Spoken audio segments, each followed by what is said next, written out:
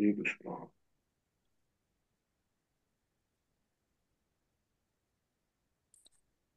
नमस्कार करते वादांना. हा, नमस्कार. राम आहेत ना? हो.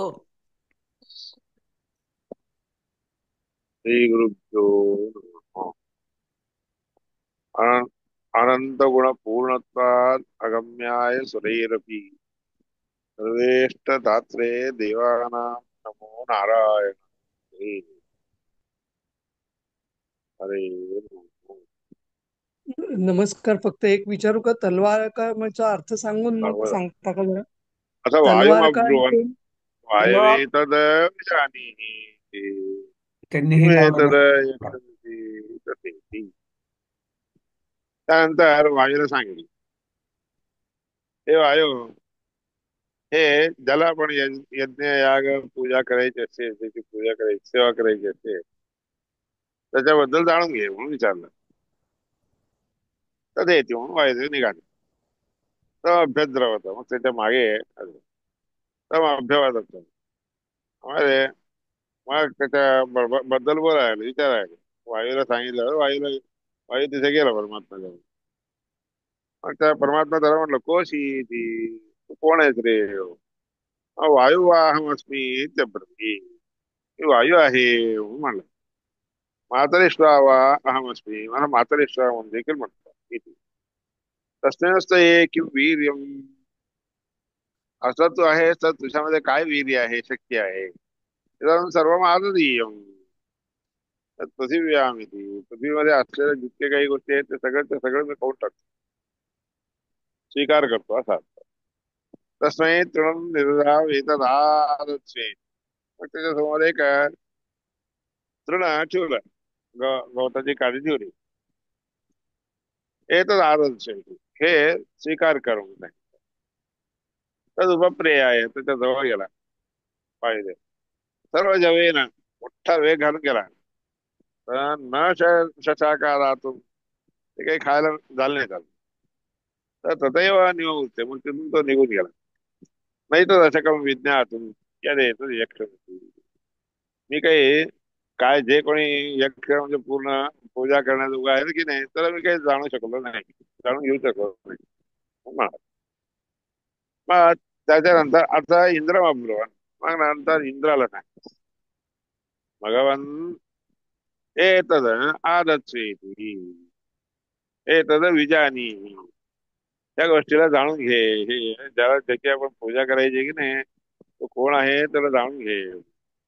तदेति, मग ठीक आहे जाणून घेतो म्हणून निघाला. तर अभ्यद्र तस्मात तिरोधती, आणि मग त्याच्याजवळ गेला तो.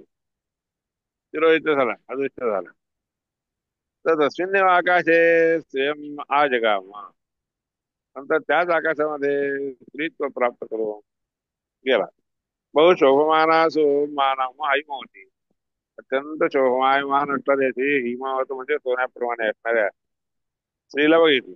ताम हो वाच्य किंवा येतात यक्ष होती. मग त्याला विचारलं, काय आहे, कशा काय यक्ष म्हणजे यज्ञ याग वगैरे करणारे काय आहे? तर तुमचे खंड संपवतात. त्यानंतर त्याच्यावर आख्यायिका आहे. ती आख्यायिका सांगतो ऐका. इत्यत्र आख्यायिका म्हणजे शृणोतम हे महेश्वर, शृणोताम तम महेश्वर, ते आख्यायिका ऐक.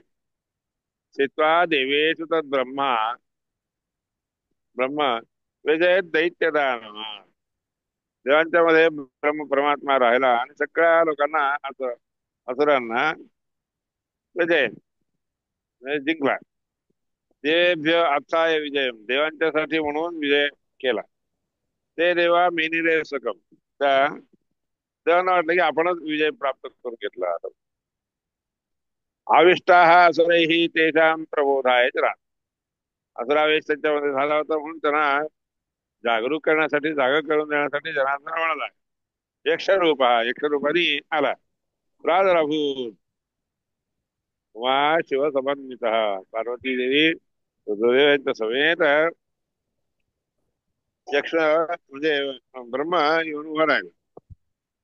ब्रह्मणावाचापी सहित, आणि त्याच्याबरोबर ब्रह्मदेव देखील आले. हे ते भ्योपी सगळ्यांच्या समोर पश्चाहम पश्चाह्यम येते म्हणजे त्यांच्या समोर येऊन उभा राहिले. येते पे मे भृत्यभूत आहे. सगळेचे सगळे माझे भृत्य आहेत, सेवक आहेत. परिवार्य व्यवस्थित आहे, सगळ्यांना परिवारासहित घेऊन बसला इथे ज्ञापयितुम विष्णुमय जाणून देण्यासाठी विष्णू परमात्मा सह तैही अपि उपागत सगळ्यांना बरोबर घेऊन आला.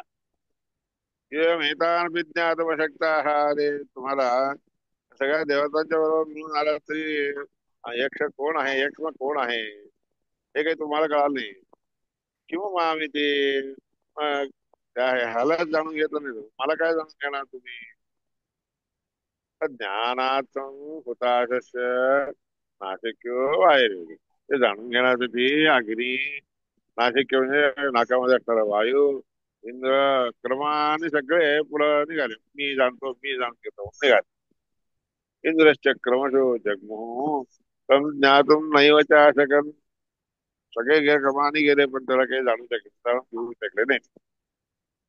तत्र तत्र इंद्र अधिक बुद्धित्वात अधिक बुद्धीने युक्त असल्यामुळे इंद्र त्या ठिकाणी पृच्छती इति जनार्दन विचारायला सुरू केलं, जनार्दन कोण आहे. मत शिवात ब्रह्मणच श्रोतुम नैवापि शक्तिमान माझ्याशिवाय रुद्रदेव ब्रह्मदेव यांना देखील सामर्थ्य नाहीये, जाणून घेण्याची शक्ती नाहीये. किती ज्ञापयितुम तत्र ना आज तसं केलं दाखवून देण्यासाठी त्या ठिकाणी केशव दिसून आले कोणाला. एसैव ज्ञानदाने ते योग्यो योग्यो मे दुर्गतस्य. हाच ज्ञान देण्यासाठी योग्य आहे असं दाखवून दिलं. ही आख्यायिका आहे बरं का.